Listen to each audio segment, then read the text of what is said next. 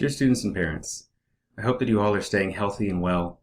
I'm sure you've been wondering how the recent extension of our school break is going to affect this English class, especially when it comes to work and grades. So please allow me a moment of your time to break it down for you. Our goal in class has always been twofold: gain practice in the 3 modes of writing that might appear on the state exam, and focus intensely on 4 heavy-hitting standards that make up a majority of the test. And although the state has decided to suspend the Tennessee Ready test this year, in years past, there has still been a final exam that took the place of the state test. Until instructed otherwise, we're going to proceed as if this is the case. Therefore, the work we will be doing will be crucially important to keep those skills fresh in our minds.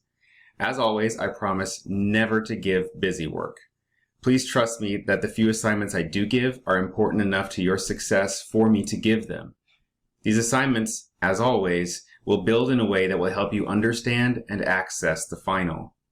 I will spell out further details what types of writing and standards are for parents who might be uninformed. Please help support me by encouraging your child to set aside school time in the day and to work on any assignments.